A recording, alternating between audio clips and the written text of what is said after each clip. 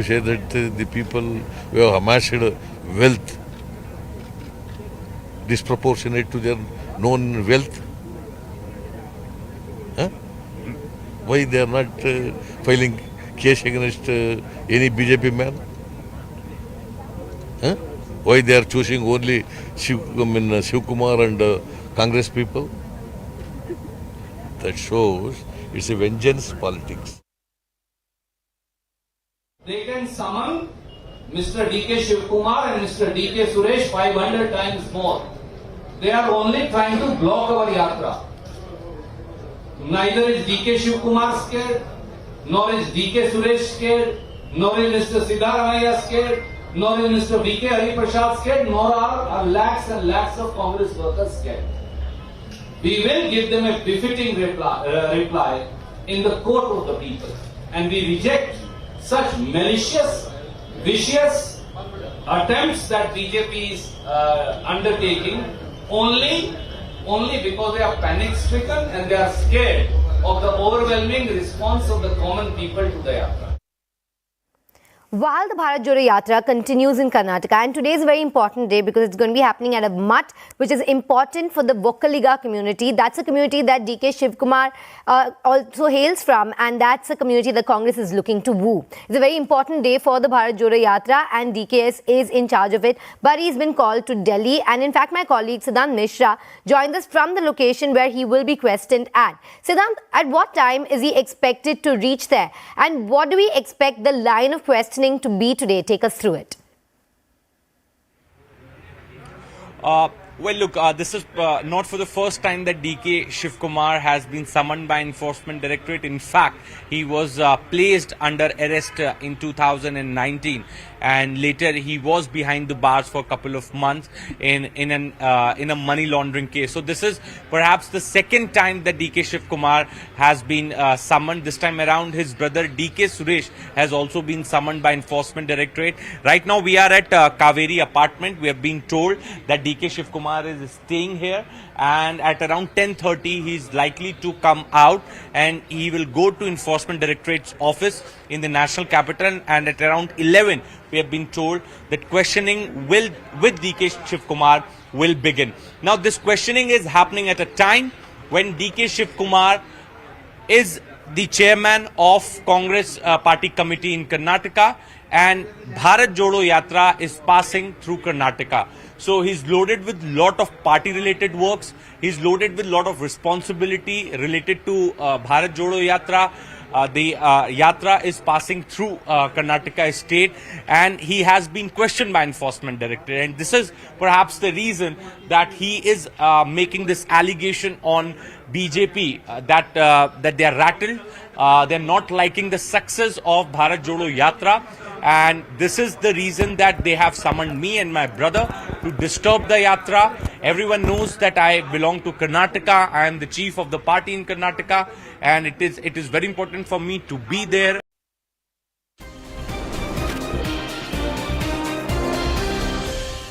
Back on the Nation at 5 with another tug-of-war between the left and the RSS, and this is following the RSS Sarsang Chalak Mohan Bhagwat's Dussehra speech, with the Kerala Chief Minister Pinarayi Vijayan lashing out at Mohan Bhagwat over his imbalanced population remark. Pinarayi Vijayan has said that Mohan Bhagwat's statement is baseless and aimed at fueling communal polarization. He also called for democratic forces to stand firm against communal bigotry. Remember, AIMIM Chief Asaduddin Owaisi had also hit out at Mohan Bhagwatji, saying that if Hindus and Muslims have the same DNA, then where is the imbalance? Now remember, during the RSS Vijayadashmi event on Dussehra, Mohan Bhagwat had said that there's a need to worry about religion-based population imbalance.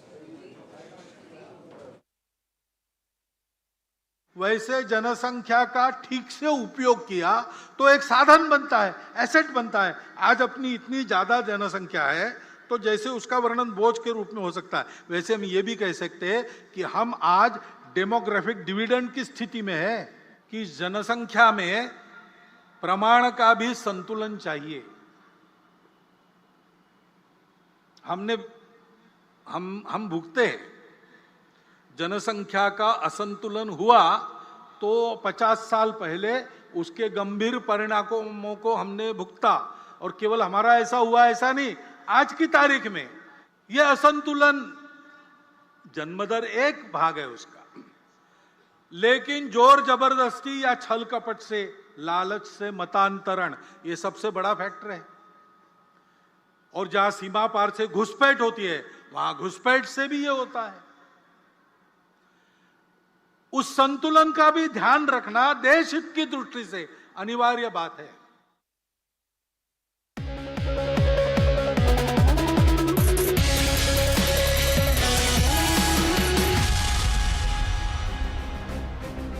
Good evening, this is Viewpoint. I'm Zakir Jacob. There is a massive controversy brewing over the Aam Aadmi Party Minister Rajendrapal Gautam giving an oath to over 10,000 people earlier this week converting to Buddhism. This was a video tweeted out by the BJP. It clearly shows that it's not just the conversion that is the problem, but also the fact that Hindu gods and goddesses were denigrated there. The minister in question, CNN News 18, confronted him. He claims innocence. He says it was not his intention to hurt any religion and that he had gone there in his personal capacity. The BJP has latched on, accusing the Aam Aadmi Party of being an anti-Hindu party. The question is, why should the gods of any religion be insulted to make a point? And can a minister who is sworn in by the constitution of this land claim that he had gone to a public function in his personal capacity?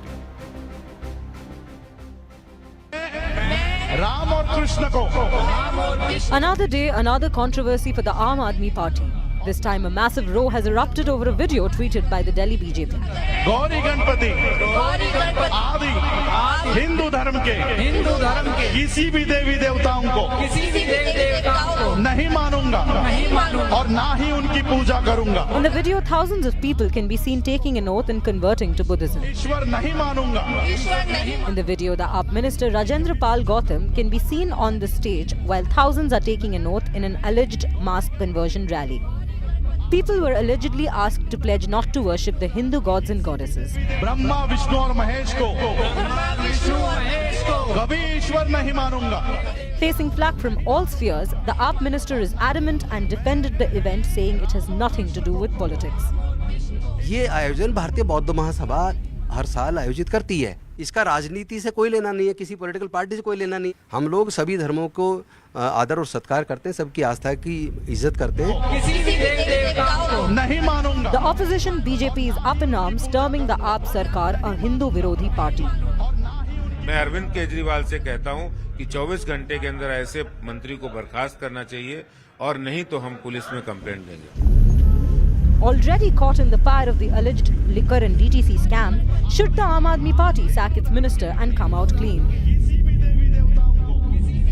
All right, this evening on The Talking Point, Anuja Kapoor is spokesperson of the BJP, Prashant Gadhvi is a political analyst, Ratan Sharda, RSS researcher and author, and Kevin Matthew will also be joining our social activist. Anuja Kapoor, Mr. Rajendrapal Gautam, the minister in question, says he went there in his personal capacity. I'm not sure what personal capacity means for somebody who is constitutionally sworn in as a minister of the government of Delhi. Does that defense cut ice with you, the fact that he's saying that this has nothing to do with the Aam Aadmi Party or the government? He went there in his personal capacity, and this is something that is organized by the Bodh Mahasabha every single year. So, Zaka, as you've asked, what is his personal capacity in public consent? This is where the whole controversy lies. He is talking about that it was in his own capacity he went. If this thing has happened with BJP, they would not have asked us and would not have questioned the BJP and gave us asked for tweets and resignations of the XYZ. But when it comes to them, and now they are under the line of fire, they are saying that Arvind Kejriwal ji is very angry with this minister. But have you seen any PC being given by this Arvind Kejriwal's party? No. Who is giving PC every 5 minutes and taunting BJP? He has not said anything against his minister. He is there giving PC for Manish Sisodia, that he's a Kattar Imandar, for Satyendra Jain, he's a Kattar Imandar, Tahir Hussain, Amanatullah. But when it is coming about Hinduism, he is not doing any PC. Rather, he projects himself and goes out and wears a tilak and wears the mala and wears Bhagwa clothes and projecting himself as a Hindu. Okay. And then he's in his minister, the ideology of that party shows that they endorse this, and the ideology of the party shows that the ministers who speak such ill-fit anti-Hindu venom endorses it. Arvind Kejriwal stands with them, and he wants that this kind of appeasement policy should be kept going, because it is only voters. The They have problem, nothing to the do problem with the is religion. not that anyone is free to convert to any religion as long as it's out of their free will and there's no inducement or nobody is forcing them to convert. The problem in that video, and the problem that a minister of the Delhi government is attending that and is seemingly leading this pledge, is that it denigrates Hindu gods. मैं ब्रह्मा, विष्णु और महेश में विश्वास नहीं करूंगा, उनको मानूंगा नहीं. ये सब कहने की मतलब क्या है? There was no need to do that. There's no need to denigrate the god of any other religion just because you have converted to one religion. I think that is the nub of the problem. And the minister, I'm sorry, I mean, I don't think once you are in public life, whether you're a minister or not, once you are elected to public office, there is no such thing as personal capacity. You are a public official. You are in the glare of the media. You're in the glare of your constituents. You're in the glare of the public. You do not have the luxury of saying, मैं अपने personal capacity पे गया था. So absolutely, as you rightly said, there is nothing like a personal. See, once you are carrying some cap, or you are a public figure, and you are a leader of or a minister of one state, then everything should be on a public. First thing. Secondly, as you also rightly said, freedom of speech. It is definitely there for the constitution, for the people of India. But at the same time, where to use, how to use, it should be on the understanding of individuals, that where and how we can use. As Mr. Pal has, he was kind of forcing to take an oath regarding मैं ब्रह्मा विष्णु महेश को नहीं मानता हूँ. So are you trying to create your own spiritual world like other dharma guru? Because already we are struggling and we are facing a lot of issues regarding a love jihad. So how come this third parameter comes into a picture after Hindu Muslim? So Buddhism, you are creating your own another world of spiritual world like Buddhism. You are forcing taking an oath. इनको नहीं मानता हूं, तो you are what you want to try to prove. First thing. Secondly, as I was trying to convey that love jihad is between two other regions, and you are creating group within your territory, within your region. And my question to every booth: you are only in your living certificate, are you writing only Buddh or a Hindu booth? Okay. So it is a Hindu religious. So why? Because it is creating a spark. Already your opposition or another political parties are trying to gauge you or trying to dig out something outside from your mouth. Okay. Let me go to Ratan Sharda as well. Ratan Sharda, there are problems at multiple levels with this video. One, the fact that a sitting minister has gone for this Maud convention, as it were. Secondly, like I said, the fact that you can convert to whatever religion you want to convert, but you don't need to insult the gods of Hindu religion while you're doing that. And most importantly, as Anuja said, the Aam Aadmi Party comes out and defends every half hour. We've had press conference from AAP, when the Liquorgate scam happened, when Satyendra Jain was questioned by the ED, when Manish Sisodia was raided. Every half hour, every 1 hour, they've come out and put out press conferences. But since this morning, we have not heard anything official on record from the Aam Aadmi Party. Yes, there was source-based information that Mr. Kejriwal is very upset with what Mr. Gautam has done or said, but nothing on the record. I mean, if on the record, the party should have come and said, we have nothing to do with what Mr. Gautam said. We condemn the fact that he went there, whether it is in personal capacity or as minister, whatever the case may be. He had no business being part of a function where gods of any religion were denigrated. We haven't heard that. Well, Zaka, it is something similar to what we hear, sources say that Sonia Gandhi is upset or Rahul Gandhi is upset when something happens. This means nothing.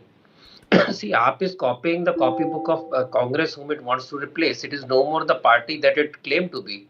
It is corrupt, thoroughly corrupt. It is thoroughly corrupted both morally as well as financially. It has the same secular agenda, which means if you are secular, you must abuse, must insult Hindus and must create hate against Hindus. This is the formula for many years now. And thirdly, the personal capacity. So any big leader in Congress says anything, it becomes personal capacity. So where is the party? Where is the organization? Now coming to much more serious issue. Let me first of all admit that these 22 oaths is not something that these people have invented. These were actually said by Dr. Ambedkar during Dhamma Parivartan Chakra in Nagpur when he did the conversion. Yeah. But that was the time Dr. Ambedkar had faced harrowing time. His followers had faced harrowing times. They had no power. They were totally marginalized. At that time, Ambedkar carried a lot of bitter memories. Even Congress had forsaken him, never allowed him to win any elections. So at that time, in that anger of the mood, he made those statements. But he never meant hurt Hindu Dharma, because he never allowed his followers to go to Islam or Christianity.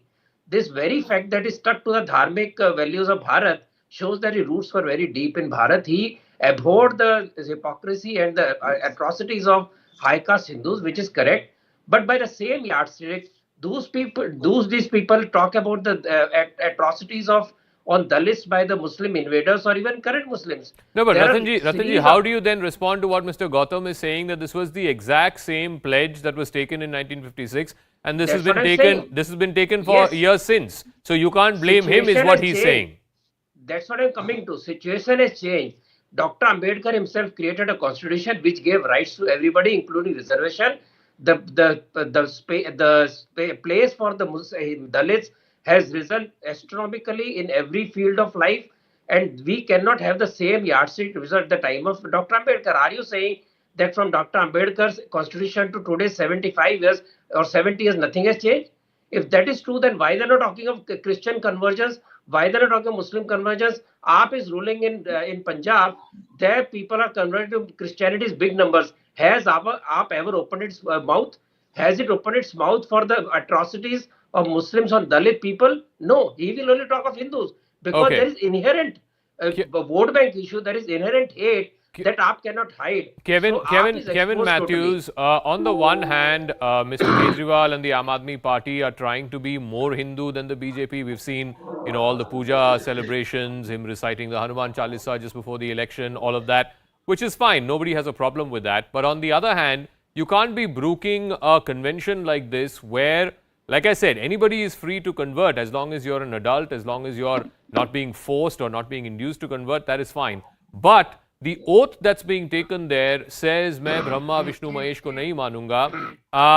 That is insulting of Hindu gods. You don't need to convert to another religion by insulting the gods of a second religion. I mean, that is the problem. And a minister who is constitutionally sworn into office leading that pledge, that is a problem. See, sir, I understand that, and since sentiments were heard, that is definitely because faith is something that is very close to all of us, and it's very close to a person. And faith and spirituality, and where sentiments are heard, that should be taken into consideration. It is ideal that we always take into consideration the sentiments of the people around us. But having said that, the problem is it's not always about politics. It is not about Hindus or BJPs or Aam Aadmi or Congress or any other party. This is not a political issue on a first side. And I am so saddened by the fact that BJP is taking up every thing like that position politically, because that changes the demographics of this. Because they took the pledge because they felt they have been wrong. Yes, and that is their individual thing, and that is not a political position, for God's sake. That's a personal position. No, I'm not even getting into the politics of no. One second, Kevin. I'm not even getting into the politics of it. I am again not begrudging any of the people there who wanted to convert or did convert to Buddhism. It's their free right. The Constitution gives them that right. But what it does not give them is the right to insult gods of a particular religion while they are doing that conversion. I mean, that is where the problem is. So, I can see that. And if sentiments were heard, I think we should find some middle ground and take people into confidence. But and there are two sides to it. Was there a criminal insult? Was there an act that has to be that has to become sub judice at some point of time? That's a different story. So if that is there, then we have our own legal system. We have our own courts. Okay, let me ask Anuja that. What Kevin is saying is there was no communal incident, there was no violence. These were all adult individuals who came and converted. So you can't make a big deal of it because it was not like it led to any flare up. No, no, sir. Let me So, complete. Yeah, Anuja, Kevin, yeah, thank you. Yeah, Kevin, just a second. So, Kevin, I feel very sad listening to you, and it really wrenches my heart.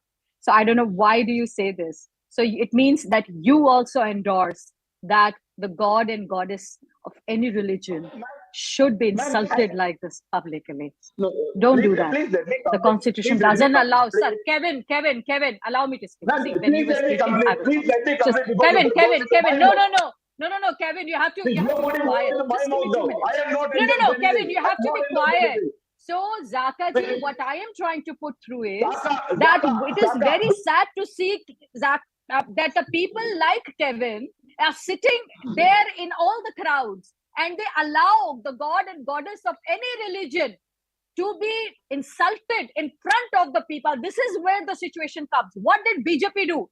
BJP has taken a stand on the insult, not on the conversion. Be very true and be very particular about this. The FIR is on the incitement of trying to do the communal rights, trying to do that. And you Okay. have also insulted the god and goddess. The BJP has put a FIR towards minister. Towards Okay, the organizer. Kevin, respond That 30 this seconds, and kind I'll of give thing should Ratanji the not final be word done. after this. 30 seconds, Kevin, to respond to Anuja, and then Ratanji after that. Yeah. Two things. Saka, two things. Wow. I've always maintained that I've not endorsed any of the actions that have happened there. And if anybody's feelings have been hurt, I said they should be taken into consideration. Okay, Individuals okay. whose feelings have to be cut. All right. What's your second point? Whose feelings have been affected, they have to be taken. That was my statement. She is putting words into my What is mouth. the second point? And now, so the question that she answered to, my only question to you, ma'am, is why BJP, the ruling party of this country, which is the non-communal party, takes up issues of only one community. Then Okay. if you're so All right. Ratanji, final word, 30 seconds. I think maybe you can answer what Kevin's question is. Why is BJP taking up only when Hindu gods and goddesses are insulted? You never take up when gods of other faiths are insulted. When were gods of other faith insulted? Nupur Sharma said something not so nice about These are very Prophet wild Muhammad. allegations. No. Very, Ratanji, yes. you know this. Nupur Sharma said something pretty not nice about Prophet Muhammad. See, what she said was actually directly from Hadith. So let us not get into that territory. And these people made Sarsar as something a legal issue. They made it in a constitutional issue that they can kill anybody. So what could BJP do? BJP suspended the woman, the lady. She is facing death threats for what is constitutionally correct. Now coming to main issue, please come to main issue. See, AAP's anti-Hindu feelings are very clear. He said Jhadu. There was a poster he put up where broom was chasing swastika. They said Mera Ram kisi masjid ko tod ke wahan reh nahi sakta. He said that his MLAs were arrested for riots. He called Kashmir Files a jhooty picture. That is one point. Secondly, very serious issue. Is casteism an issue of only Hindus today? It's an Indian issue. Why are Christians demanding rights under the scheduled caste, scheduled tribe? Though they can convert, they go to a religion which is supposed to be casteless. Why are Sikhs facing problem and why they are converting to Christianity? Why are Muslims demanding SC, ST and OBC status when their religion doesn't give any casteism? In fact, that issue is coming up before the Supreme Court next week. I'm really short of time. Thank you. I'm really short of time, but that is a very, very important issue that you've raised. It's coming up before the Supreme Court next week, and we'll be closely following that. In the meanwhile, thank you very much, Ratan Sharda, Anuja Kapoor, Kevin Matthew, and of course, Prashant for joining us. Finally, as we wrap up, my colleague Maria Shakil has had an exclusive conversation with Om Raut and Manoj Muntashir, director and lyricist of the movie Adipurush, and the controversy, the storm over the alleged portrayal of the epic Ramayana. आपने जो deviation किया है from the book Ramayana, the reason why I am saying is क्योंकि अभी जो अरुण गोविल का एक video viral हुआ था, that is India's connect to lord Ram, और यहाँ पर जो डिपिक्शन है उसके बारे में सवाल उठ रहा है और बोला जा रहा है ये कंप्लीट डिविएशन है और फेथ के साथ छेड़छाड़ किया गया है. Okay, first of all, not even 1% of our film is deviation from the actual Ramayana. जब हम रामायण की बात करते हैं, what comes to our mind and what have you seen in the teaser? Ramayan क्या है? रामायण एक कथा है जिसमें the devil king, the demon king, Ravan वो हमारी माँ सीता का हरण कर लेते हैं. भगवान राम माँ सीता को बचाने जाते हैं, समुद्र पे पुल बांधते हैं, वो वानर सेना की, सुग्रीव की और बजरंगबली हनुमान की सहायता लेते हैं. This is like in a nutshell, this is Ramayan as told to a 5-year-old kid. There is one image of Saif Ali Khan as Ravan who is sitting on a mystic bird. There are scholars, historians who are of the opinion that in Ramayana there is no description that of any kind of bird of this nature. Sure. So he's demonic, right? He is Mayavi. He is a person who is the greatest villain of all time. He is a demon. He's a 10-headed demon, and you will have to see the film to actually understand that particular point. But he's riding a huge creature, right? And that's his right. And that is a very it's a very negative visual that I see personally as a filmmaker.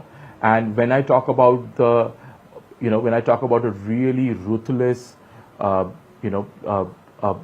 demon king called Ravan, I see him riding that obnoxious creature.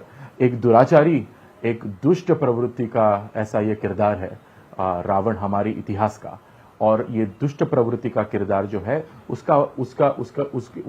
जिस पर सवार होके आ रहा है वो भी एक खौफनाक और नेगेटिविटी से भरा हुआ ऐसा ये क्रीचर है. इट इज पुष्पक विमान, तो ये बिल्कुल वैसे है नहीं, क्योंकि पुष्पक विमान हम हिंदुओं के लिए बहुत ही पवित्र है. आप ये बताइए कि रामायण में इसका कोई जिक्र नहीं है, इस तरह की किसी बर्ड का जिक्र नहीं है, या जो क्रीचर है, आपने उस क्रीचर की बात की, बिल्कुल जिक्र नहीं है. लेकिन रामायण में रावण के मायावी होने का जिक्र है कि वो भी नहीं है. ये तो है ना कि वो अपने छल से, अपनी माया से अनेक ढांचे खड़े कर लिया करता था, बहुत कुछ कर लिया करता था, माया से चित्र खींच दिया करता था, माया से मौसम बदल दिया करता था, कितना कुछ माया से कर लिया करता था वो. तो जो उसका मायावी होना है, जिसका जिक्र like it is on like every other page of Ramayan.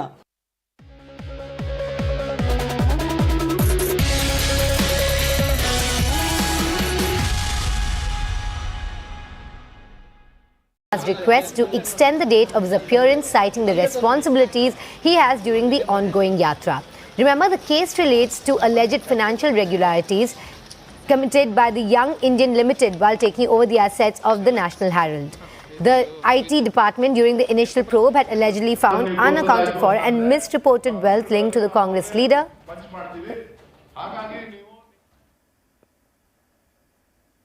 He has summoned DK Shivkumar. They have asked him to appear before them.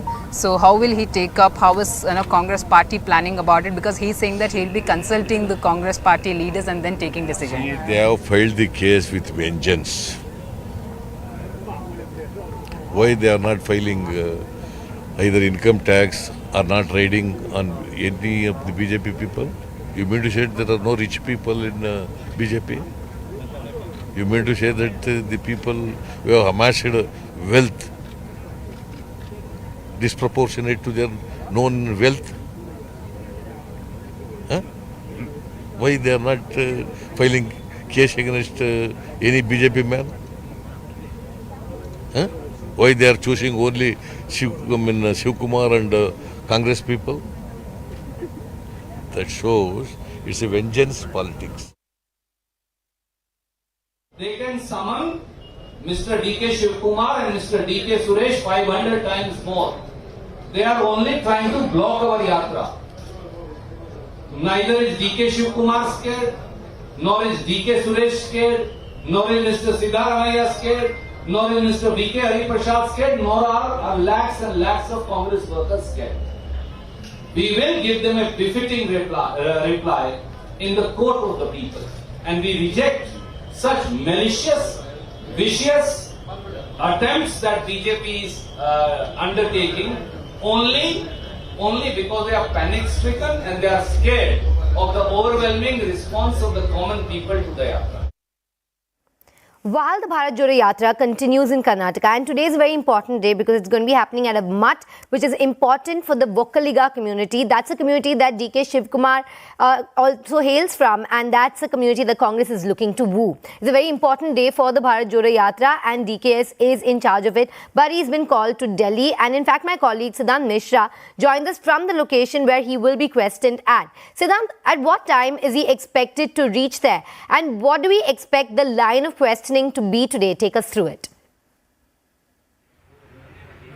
Well, look, this is not for the first time that DK Shivkumar has been summoned by Enforcement Directorate. In fact, he was placed under arrest in 2019, and later he was behind the bars for a couple of months in a money laundering case. So this is perhaps the second time that DK Shivkumar has been summoned. This time around, his brother DK Suresh has also been summoned by Enforcement Directorate. Right now, we are at Kaveri apartment. We have been told that DK Shivkumar is staying here, and at around 10:30 he is likely to come out, and he will go to Enforcement Directorate's office in the national capital, and at around 11 we have been told that questioning with DK Shivkumar will begin. Now this questioning is happening at a time when DK Shivkumar is the chairman of Congress party committee in Karnataka, and Bharat Jodo Yatra is passing through Karnataka. So he's loaded with lot of party related works. He's loaded with lot of responsibility related to Bharat Jodo Yatra. The Yatra is passing through Karnataka state, and he has been questioned by Enforcement Directorate. And this is perhaps the reason that he is making this allegation on BJP that they are rattled. They're not liking the success of Bharat Jodo Yatra. And this is the reason that they have summoned me and my brother to disturb the Yatra. Everyone knows that I belong to Karnataka. I am the chief of the party in Karnataka, and it is very important for me to be there at the time of Yatra. But since I have been summoned, it is only because BJP is rattled and they're not liking the success of the Yatra. So this is what DK Shivkumar has to say. But Enforcement Directorate has to say that there were certain dealings which DK Shivkumar and DK Suresh had with Young Indian National Herald.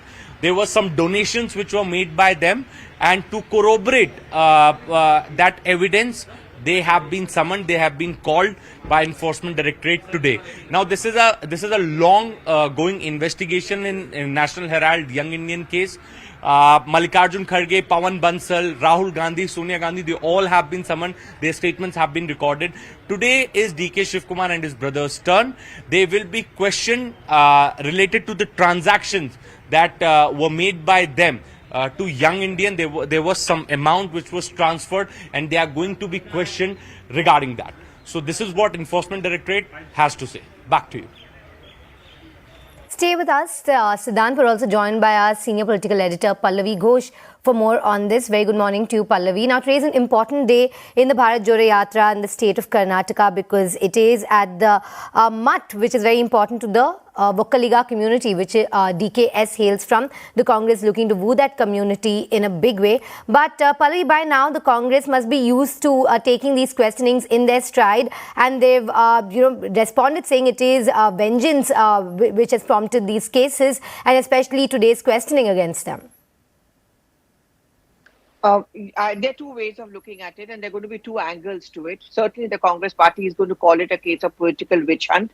I remember DK Shivkumar had made that request to the ED that since he's, in a sense, organizing the Karnataka leg because he's a state Congress in charge of the Bharat Jodo Yatra, he should be excused this time round. That permission was not given, and that's again a point which he made, that this is a clear-cut case of political witch hunt and yet again a misuse of the CBI and the ED. So how is the Congress going to use it to their advantage when they're going to make the point that, look, they are scared of the Yatra and the traction it's been getting on the ground, and therefore they do not want DK Shivkumar to be there. But the BJP's counter argument to it is that you are taking pot shots at us, calling us a 40% commission ki sarkar. You're trying to provide what you call and claim is a clean alternative to the BJP in Karnataka. But look, your state Congress chief and one of the contenders for the top post, if the Congress party comes to power in Karnataka, is himself under the scanner. He is corrupt.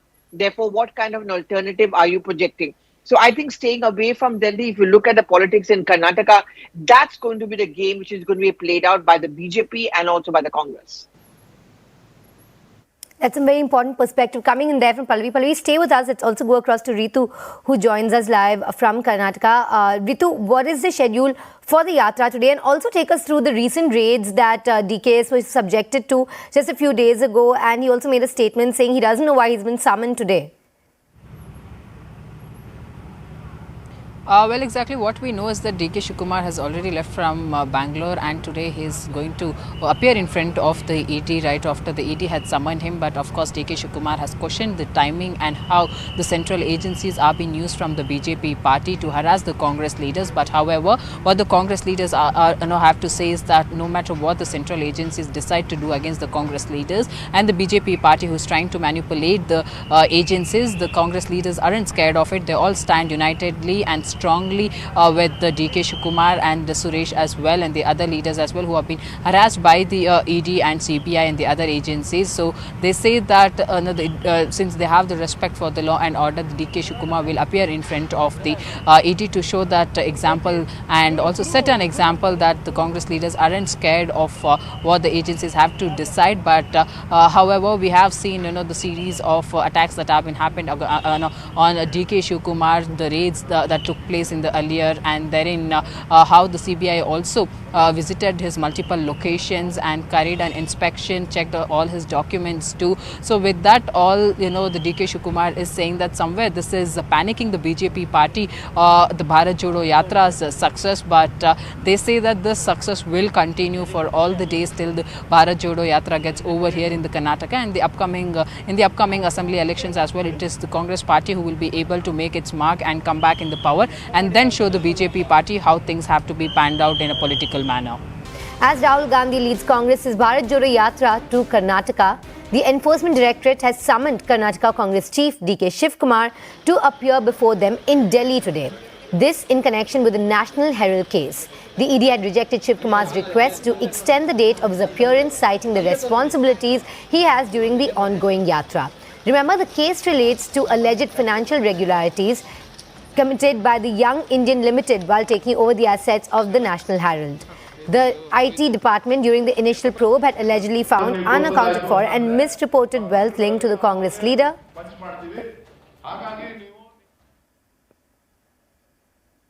He has summoned DK Shivakumar. They have asked him to appear before them. So how will he take up? How is Congress party planning about it? Because he's saying that he'll be consulting the Congress party leaders and then taking decision. They have filed the case.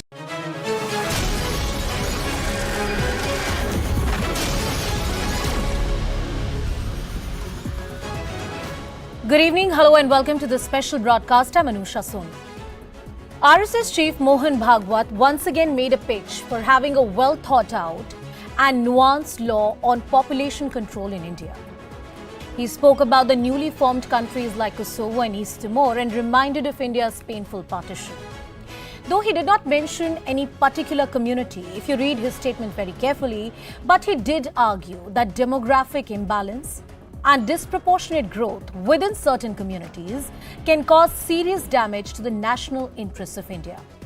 Well, as expected, there were multiple political reactions that came in on the story. The first, the Kerala Chief Minister hit back at the RSS chief and said this was an attempt to create communal tensions. Amidst these heated political statements are some stinging realities that have not been reconciled or confronted for far too long. Some points that I'd like to put forward as we begin the show. Population explosion is a reality of India. India, unlike China, because of its democratic liberal constitution, cannot directly curb upon the reproductive rights of its citizens. Muslims were 9.8% of the total population back in 1951, cut to 2011 officially at 14.2%. The Hindu population percentage has shrunk from 84.1% to 79.9%, 1951 to 2011. Those are the figures we are looking at. Now, it is also true that the overall fertility rate amongst Muslims has steadily declined, but it remains highest amongst all the communities. We take a deep dive into the politics and policy around this entire issue of population control in India.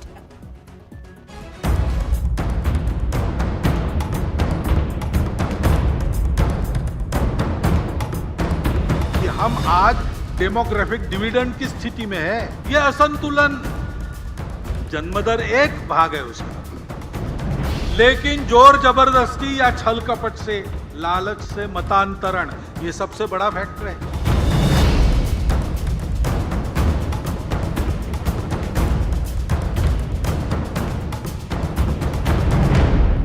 is a part of the hatred campaign initiated by the RSS and Sangha Parivar.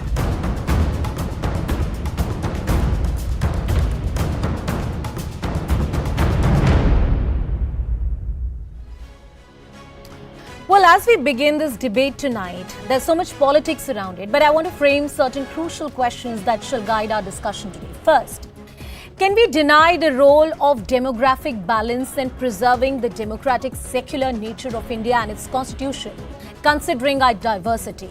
A lot of noted scholars and academicians around the world have recognized that majority community plays a very important role. Let's come to the second question. Can the disproportionate increase in a certain community's population affect the stability of India, as argued by Mr. Mohan Bhagwat? The third, should population growth be seen from the political prism, as if it's some kind of takeover happening from a certain community, or an economic lens, which is the overall underprivileged status of, say, the Muslim community, according to the Sachar Committee reports? Those are the broad questions on which we'll frame our debate tonight as our panel of guests join us. But the key question that we ask is that the population imbalance remark, is it a mere falsity or a fact? To what extent there's substance in the argument of Mr. Mohan Bhagwat? Now, before I open this question to our guest, I also want to bring in certain facts for our viewers. What are the, facts and figures, demographic data, census reports, because they will tell us the reality of population in India and how various communities are growing. Look at these numbers. Let's first begin by understanding the rate of population, and these are all the numbers that have been taken from authorized sources. Hindus 19.9%, this is the growth percentage, and 16.8%, 1991, 2001, 2000 to 2011, 10-year figure, 29.4, 24.6. Now, the Muslim rate of population growth compared to their own population in the last few decades has shrunk, as I said earlier, but it still remains the highest among all communities. If you take Muslims, if you take Hindus, Christians, Buddhists and other communities. Let's move on to another graphic. So this tells you broadly about the two major communities in India.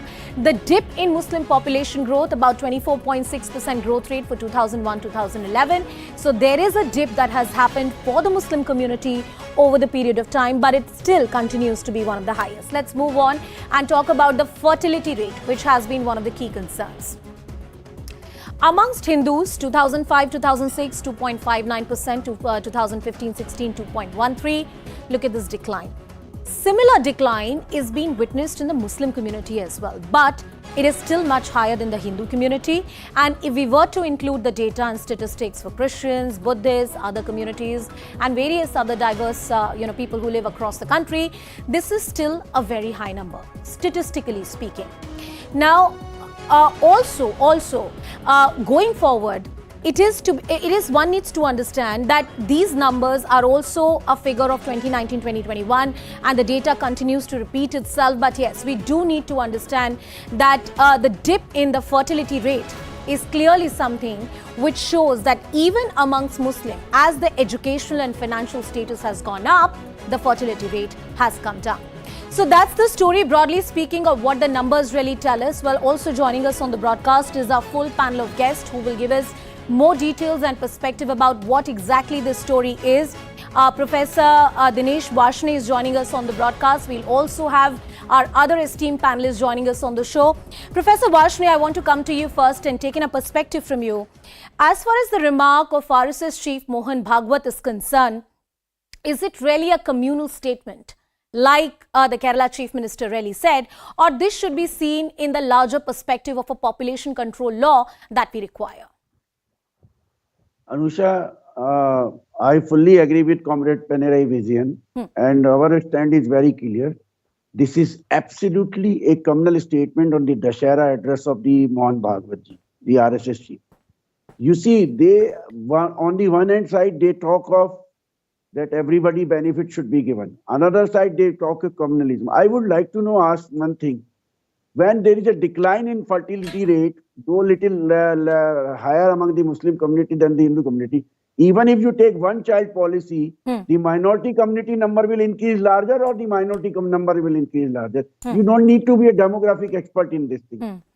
You see, it is not a population imbalance. It is a policy imbalance. You yourself has covered those 2 points. I would just to repeat in another manner.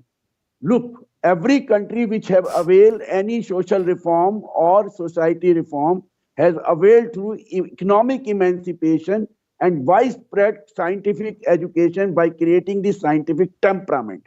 But what RSS is promoting is the Hindu child is a God gift.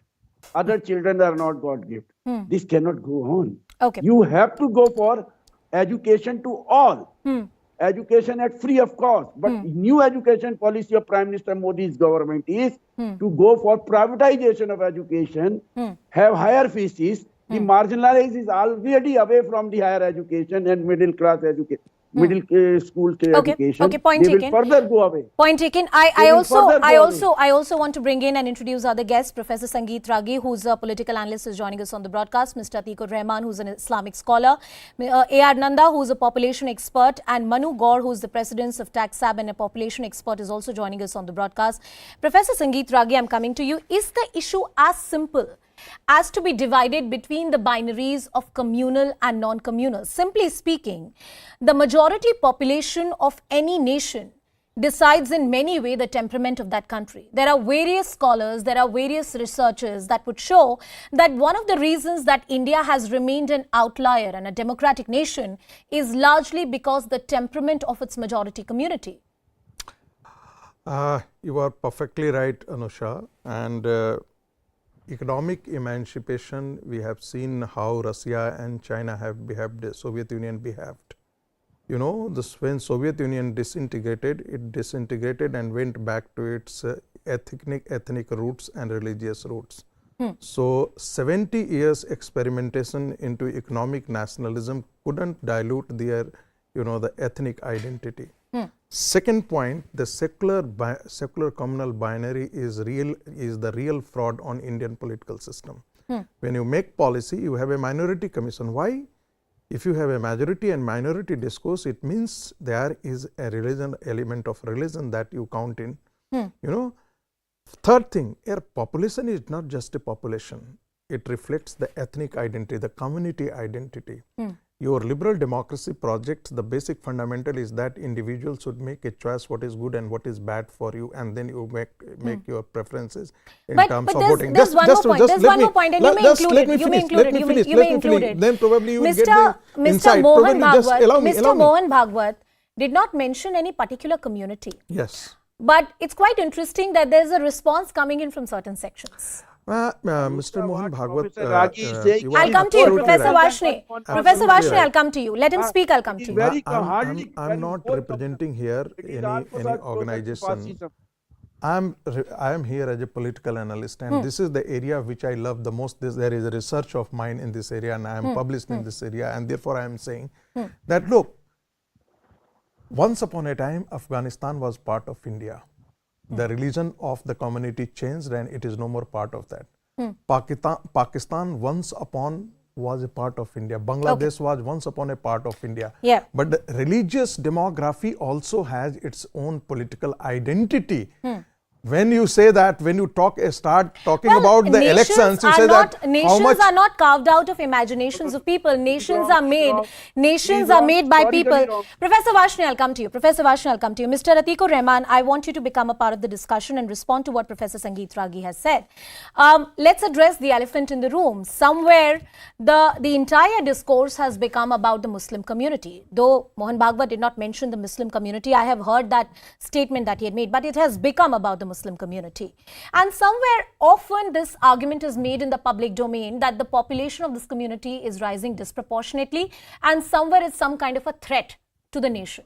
Respond to that argument, directly. Well, Anusha, I would have agreed with Mr. Sangeet Ragi also and Mr. Mohan Bhagwat also if if the experts would have told us that the rate of fertility in the Muslims are so high that in these many years they will be overpowering the Hindu population, they will be crossing a limit wherein it is a cause of concern. No expert so far has, come out with any facts and figures.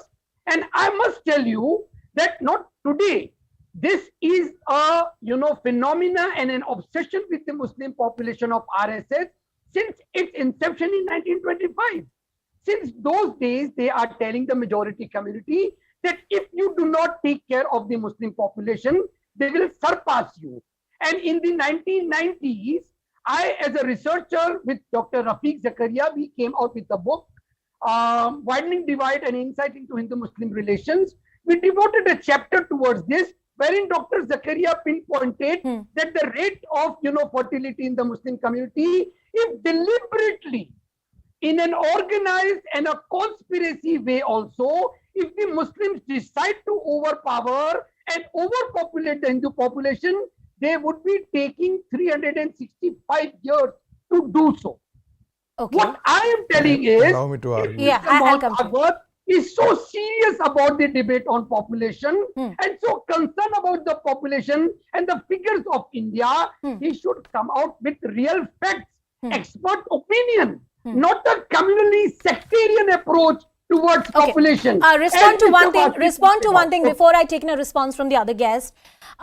What Mohan Bhagwat said, and I want you to argue this substantially. I have the statement of what he made, in front of me. How was it sectarian? He did not mention any community. He said population explosion is a problem. He cited the example of East Timor, Kosovo and various other nations which have, seceded recently and formed their own national identity. He also reminded us of the partition and the pain of partition. How was this statement communal? Help me understand that. Well, the mentioning of East Timor, the mentioning of Kosovo, and the mentioning of partition, the causes and the politics at that particular time was not only religion. Anusha, not only religion. This is sectarian, this is communal, mentioning East Timor and Kosovo. Thereby, what I am telling is, if it is not communal and not sectarian, then why not come with the policies of emancipation, educational and the socio-economic upliftment of the Muslim community? Because this is the core of the population. The economic point I do take. Professor Sangeet Ragia, quick response from you, and then I want to bring in my other guest into the discussion. There are plenty of researches. There is no need to for Muslim population to overtake the Hindu population. When partition was inflicted on this country, the population of Muslim was only 23%, and they inflicted partition on this country. In last 70 years, when in 1951, after partition, the Muslim population was 9.6. Now it is closer to 18%. In the last census, it was 14.6 or around 15%, but unofficially it is said to be around close to 20%. And this has completely changed the demography of Bengal, demography of Assam, demography of Western Uttar Pradesh, and also let me finish it. And the whole political narrative in last 70 years has completely changed. Sartan se juda openly coming out on roads. So Professor Ragi, I'm going to just spell it out for you. Essentially what you're arguing, if that there is a disproportionate rise in the population of the Muslim community, it is going to split the country into different parts. Is that your argument? I mean, highly controversial and a chart statement. Yes, my argument is very simple. If the Muslim population goes beyond a certain point, this is going to create danger for this country. How and why? Islamization. How and why? Because the numerical proportion, rising numerical proportion of Islam is going to inflict the Islamic agenda on this country. It's going to politically translate is what you're saying. Okay. Mr. A.R. Nanda, please come into the discussion. And you're a person who would be able to tell us this story from the statistic point of view. We're talking about the economics, the underprivileged status of the Muslim community. The Sachar committee report actually recognized that huge portions of the Muslim population actually live in ghettos and have economic status like the SC/ST community or the so-called Dalit communities of this country. Is the reason economic? According to you, what is the story that data really tells us? Yes, the real story is that irrespective of the religious community-wise data, irrespective of the religious denomination, across the country, across various states and various districts, the socio-economic statistics data, the data on education, educational attainment, literacy, and economic empowerment, if you take all this, then what has been said about the demographic imbalance, it is there. It doesn't refer to a particular, maybe in some areas, some districts, their particular community is disproportionately higher than the other community, but that's a situation which is generated both by mostly by migration after partition, and also later on the migration from Bangladesh and of course to Assam and all that, So this is the situation, and by and large, if you see the confusion between population growth rate or fertility rate and what is called as population momentum. Yeah. You see, the growth rate has been coming down. Yes. The fertility has been coming down. Compared to as their own Census numbers. Commissioner of India in 1990, own number, yeah. So that has been coming down sharply, more sharper in some communities. I am not saying of religious only. Okay. Some communities who are deprived or who are to what that type extent, of thing. sir? To what extent? Yeah, extending your argument to Manu Gaur, to what extent do economic factors really play a role in the growth, population growth of a certain community? How intrinsically is it linked to the educational and economic status of a community? Anusha, I want to explain one thing, that Sure. what is population imbalance. If we see in terms of taxpayers and in comparison with taxpayers and the dependent population, taxpayer population and dependent population of our country, yes, it is population imbalance. When we see in terms of natural resources and the dependent population of the country on that natural resources, yes, it is population imbalance. When we see in terms of lifestyle, employment, anything, yes, income in comparison with the all these things, this is called population imbalance. I want to give you one data. What is the we have the authentic latest data of our population is the census report of 2011. According to the 2011 census report, there were nearly 34 crores married women in the country at that time. Okay. Among them, nearly 18 crores married women have 2 or less than 2 kids, and around 15.75 crores married women have 3 and more than 3 kids. Okay. So what do you think, how can you think about the fertility rate of 2.1? The data itself is saying is showing the real picture. All right. According to I NHFS 5 have survey, yes, sir, make your point. Finish your point. According to NHFS 5 survey, it told that our fertility rate TFR has came down to 2.1. This is just a sample survey of only once again, if we have a census in the country, we might have different figures really coming up. Definitely. I want to bring in once again Professor Dinesh Vashni and Atikur Rahman into the discussion, and both of you may address this point. Political Islam has been cited by Professor Sangeet Ragi and various other people in the public domain as a key concern if there is a disproportionate growth in the Muslim population of the country. In fact, there are various people who attribute this growth to the partition, though I agree that there were various factors which were responsible for the partition of the country, including this factor. But it's also a fact that none of the Muslim majority country across the world is a democratic nation, Mr. Atikur Rahman. That's true. That's reality. So that's another reason we should not worry about.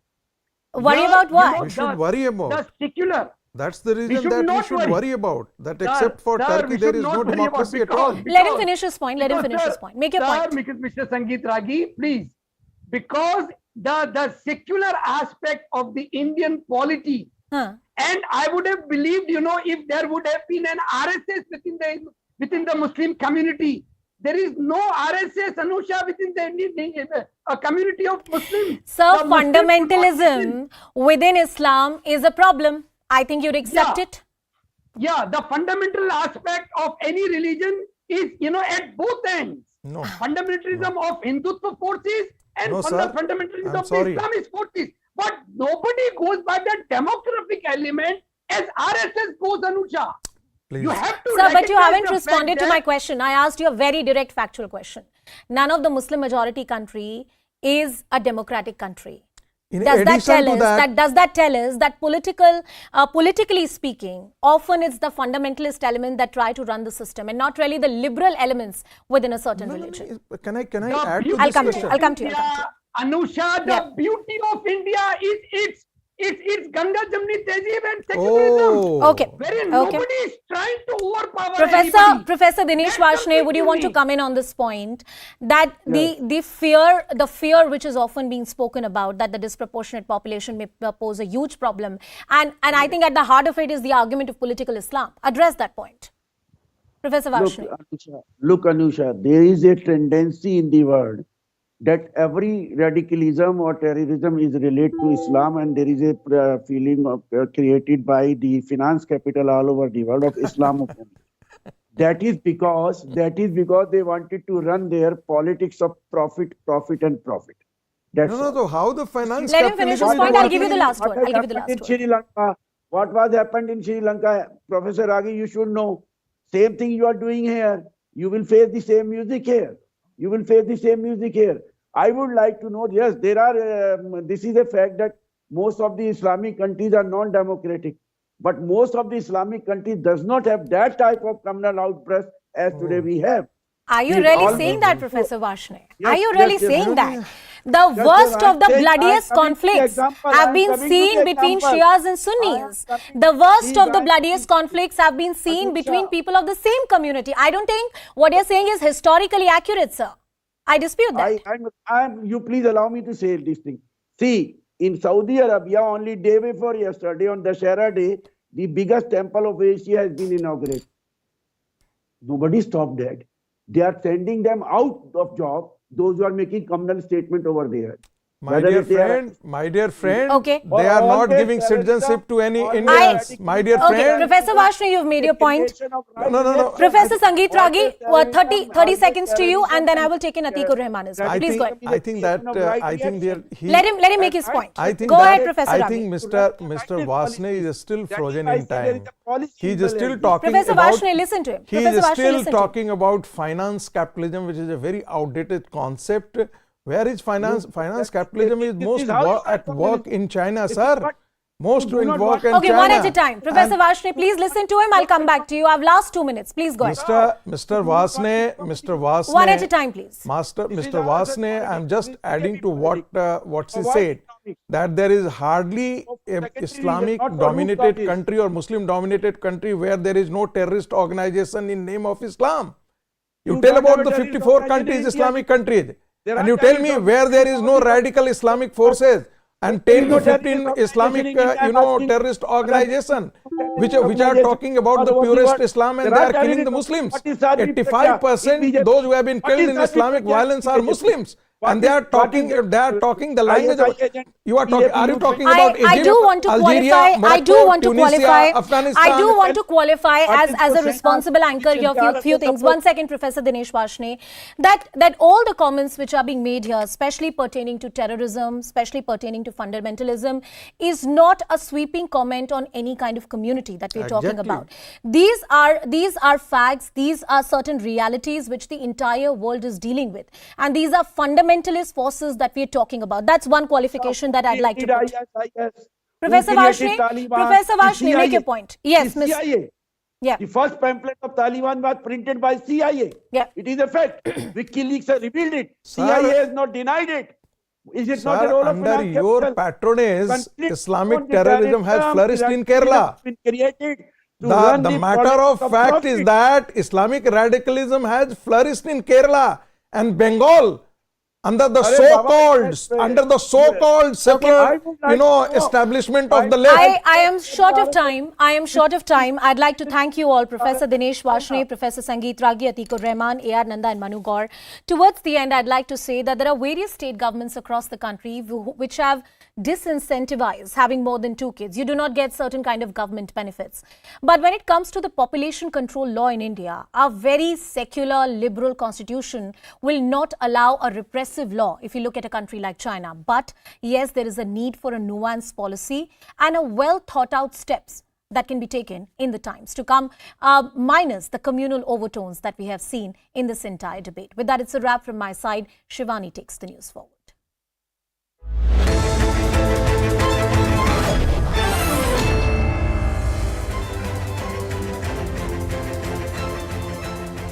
Good evening, everyone. Thanks a lot for staying with us. You're watching Plain Speak with me, Shivani Gupta. In a sensational development, sitting Delhi Aam Aadmi Party government minister Rajendra Pal Gautam is receiving flack for not just participating but endorsing a mass conversion event in the heart of the national capital. At this event on Vijay Dashmi on October 5, 10,000 people took a pledge to convert to Buddhism from Hinduism and were given an oath denouncing Hindu gods at Ambedkar Bhavan. This mass conversion event has ignited mass outrage. One, a sitting minister is endorsing such an event. Even if he happens to be Buddhist himself, is it right for him to be at such an event? Secondly, the oath itself saying, I shall have no faith in Hindu gods and goddesses. It goes on to name several Hindu gods and goddesses. Does this amount to attacking a particular religion? Spreading enmity or hatred or vilification of a religion? BJP has termed this an insult to Hindu gods. They've also called Aam Aadmi Party anti-Hindu, despite them maintaining a facade of Hindu love to win elections. It is one thing to adopt a religion, but is it right in a pluralistic society like India to question another faith publicly or denounce someone else's god? In any country in the world, is this tolerated for the majority religion born out of that land? Don't such mass conversions event create ground level tension and fissures in society? And should a minister take part in this? Should he be sacked for endorsing this event? These are the questions we will take to our guests in just a bit. But first, let me break down what we know. Now, 10,000 Hindus have allegedly been converted to Buddhism at this event. In the videos that have come to light, surely a large number of people can be seen. This event took place in the national capital. Now, that raises a big question. Were the authorities in the know? Were they informed that such a huge number of people are being converted in one go? Vows were taken not to worship any Hindu gods. Here another question comes to mind. Why did they not denounce all other religions and all other faiths? Why just Hinduism? Delhi Social Welfare Minister Rajendra Pal was present at this event. He was also seen on stage while this oath was being administered. He participated in it. The AAP minister later endorsed the event on social media and posted pictures. He also spoke to us and backed the event, defending it. This is one of the posters that was released as far as this event is concerned. You can see that the poster itself boasts of 10,000 people collecting in this event. Now, the other big question is who organized this event? The two main organizers are Buddhist Society of India and Mission Jai Bhim. Interestingly, Minister Rajendra Pal Gautam is an observer in Jai Bhim. So he has personal stakes in this body and therefore knew very well what was happening. Some could even say that his association with Jai Bhim makes him an organizer of this event. This organization claims to be in one that works for the Ambedkarite movement. The other is Buddhist Society of India, which is a religious public trust founded in 1954. And this runs seminaries to train preachers, obviously from the Buddhist faith. The big question we asked today, with the Aam Aadmi minister being seen not just as participating in this event, endorsing this event, but also the fact that he has indeed relationship with one of the bodies which was the organizer of this event, should a minister be part of such a mass conversion racket? That's the big debate coming up, but listen in to more of the reactions from all sides.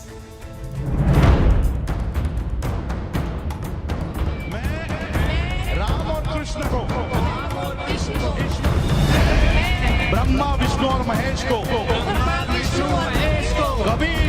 नहीं मानूंगा, और ना ही उनकी पूजा करूंगा।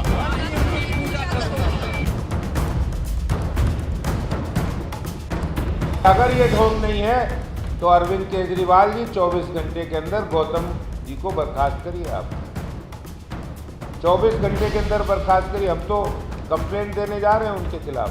आज आम आदमी party के कैबिनेट मिनिस्टर ने कई अपराध किए हैं। एक तो उन्होंने बौद्ध धर्म को बदनाम करने की साजिश की है, महात्मा बुद्ध को बदनाम करने की साजिश की है। दूसरा, उन्होंने हिंदू धर्म के देवी